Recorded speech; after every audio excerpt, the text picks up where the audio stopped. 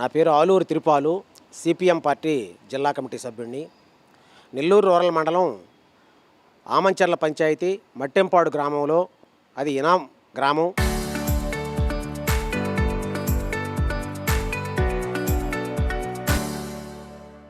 1960 సంవత్సరంలో ముత్తుకూరు మండలం తాళ్లపూడి గ్రామ కార్పొరేషన్ అయినటువంటి మెట్టా రాజగోపాల్ రెడ్డి గారి కుమారుడు మెట్టా చంద్రశేఖర్ రెడ్డి గారు ఒక ఇనాందారుడి దగ్గర 380 ఎకరాలు, అది మొత్తం సర్వే నెంబర్ 3లో 500 ఎకరాలు ఉంది. అంటే ముగ్గురు ఇనాందారుల దగ్గర 1500 ఎకరాలు సర్వే నెంబరు 2, 3లో మట్టెంపాడు గ్రామంలో ఉంది. అయితే ఒక ఇనాందారుడి దగ్గర మెట్టా రాజగోపాల్ రెడ్డి గారి కుమారుడు మెట్టా చంద్రశేఖర్ రెడ్డి గారు 500 ఎకరాలకు గాను 384 ఎకరాలు కొనుగోలు చేయడం జరిగింది. అయితే ఆ 500 ఎకరాలకు గాను 110 ఎకరాల్లో చెరువు ఉంది, అలాగే మట్టెంపాడు గ్రామం ఉంది. అయితే వాళ్ళకి తాళ్లపూడి గ్రామంలో ముత్తుకూరు మండలంలో వాళ్ళకి సరిపోయినటువంటి భూమి, అంటే 1977, 75లో సీలింగ్ చట్టం వచ్చిన తర్వాత వాళ్ళకి తాళ్లపూడి గ్రామంలో సరిపడినంత భూమి ఉన్నందువల్ల ఇక్కడ సీలింగ్లో అంటే ల్యాండ్ సీలింగ్లో వాళ్ళు కాంపెన్సేషన్ తీసుకొని వదిలేయడం జరిగింది. వదిలేసిన తర్వాత అక్కడ పెద్ద అడవిగా తయారైపోయింది. అడవిగా తయారైన క్రమంలో మట్టెంపాడు గ్రామంలో ఉన్నటువంటి అనేక మంది పేదలు ఆ అడవినంతా కూడా కొట్టుకొని ఒక్కొక్కరు 2 ఎకరాలు, 3 ఎకరాలు, 10 ఎకరాలు, అలాగే 5 ఎకరాలు ఆ ప్రకారం కొట్టుకొని సాగు చేసుకుంటూ ఉండే క్రమంలో అప్పుడు కలెక్టర్గా ఉన్నటువంటి సుజాతారావు కలెక్టర్ గారు దాని మీద ఒక ఎంక్వైరీ వేయడం జరిగింది. అయితే ఈ మధ్యలో ఏంటంటే ఒక రిటైర్డ్ ఇనాం తహసీల్దారు, నెల్లూరు రూరల్ మండలానికి సంబంధించినటువంటి రిటైర్డ్ ఇనాం తహసీల్దారు అక్కడ ఆ భూమిలో కొంతమందికి ఫేక్ పట్టాలు మంజూరు చేయడం జరిగింది.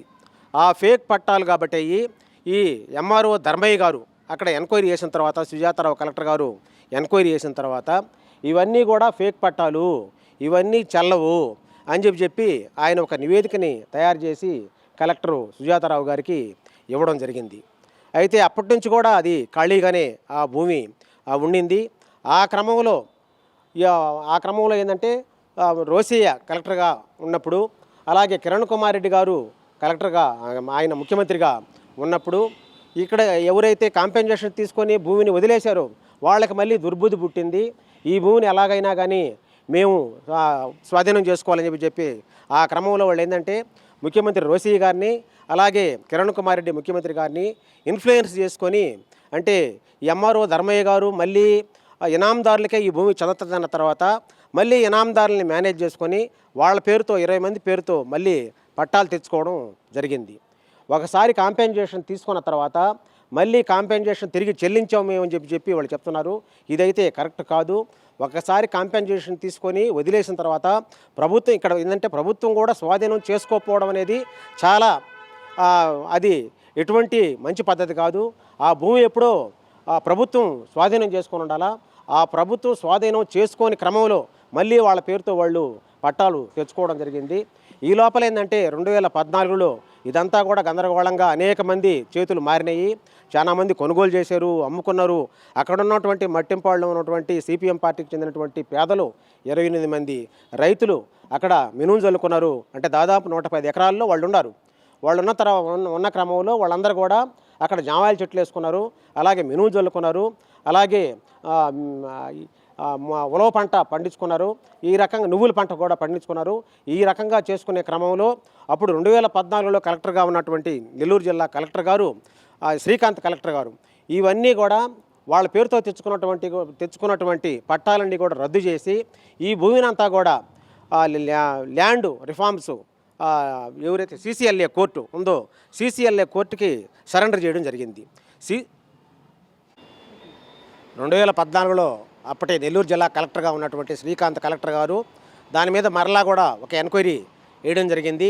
మెట్టా చంద్రశేఖర్ రెడ్డి, అలాగే మెట్టా రాజగోపాల్ రెడ్డి, మెట్టా విష్ణువర్ధన్ రెడ్డికి వాళ్ళ కుటుంబానికి ఇచ్చినటువంటి పట్టాలని కూడా చెల్లవని చెప్పి ఆ భూమిని అంతా కూడా 384 ఎకరాలు ల్యాండ్ రిఫార్మ్స్ తహసీల్దారు గారి ద్వారా సిసిఎల్ఏ కోర్టుకి సరెండర్ చేయడం జరిగింది.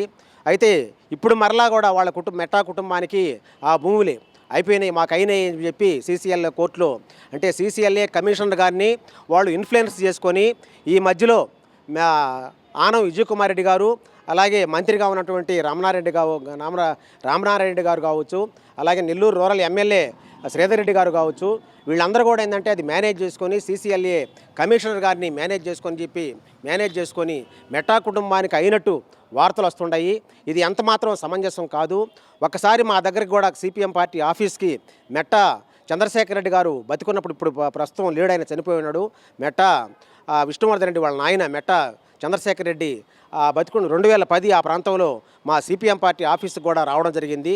మీరు ఎంతమంది ఉన్నారు రైతులు అని చెప్పిన తర్వాత జక్కా వెంకయ్య గారితో మాట్లాడిన సందర్భంలో మేము 28 మంది రైతులు ఉన్నారు, 110 ఎకరాల్లో ఉండమని చెప్పి వెంకన్న అలాగే చిట్టేటి రమణారెడ్డి గారు చెప్పిన తర్వాత మీరందరూ కూడా ఒక పక్కకు జరగండి, మీకు న్యాయం చేస్తామని చెప్పి మెట్టా చంద్రశేఖర్ రెడ్డి గారు కూడా వచ్చి మాకు చెప్పడం జరిగింది.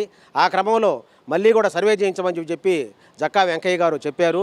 అదంతా కూడా సర్వే చేసి మా వాళ్ళు ఎవరెవరు భూమి మీద ఉండేది వాళ్ళు ఒక లిస్టు కూడా తయారు చేసి మాకు ఇవ్వడం జరిగింది. ఆ లిస్టు కూడా మా దగ్గర ఉంది. అందుకని మేము ఇప్పుడు ఖాళీ చేసే ప్రసక్తే లేదు. ఎందుకంటే భూమి మీద 28 మంది రైతులు ఉన్నారు, వాళ్ళందరూ కూడా సాగులో ఉన్నారు. జామాయిల చెట్లు వేసుకున్నారు, మినుము పంట పండించుకున్నారు, నువ్వుల పంట పండించుకున్నారు, ఉలవ పంట పండించుకున్నారు.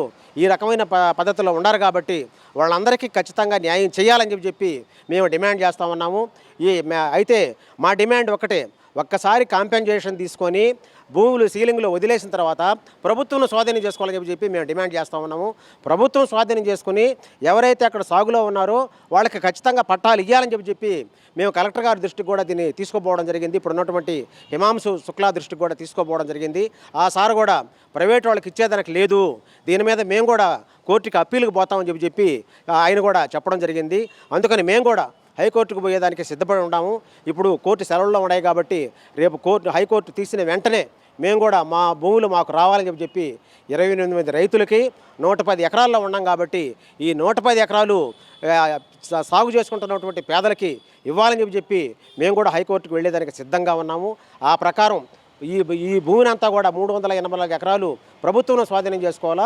ప్రభుత్వం స్వాధీనం చేసుకుని ఎవరైతే సాగులో ఉండారో అక్కడ ఆ సాగు చేసుకుంటున్నటువంటి వాళ్ళందరూ కూడా పట్టాలు ఇవి ఇచ్చి న్యాయం చేయాలని చెప్పి సిపిఎం పార్టీగా మేము డిమాండ్ చేస్తూ ఉన్నాం.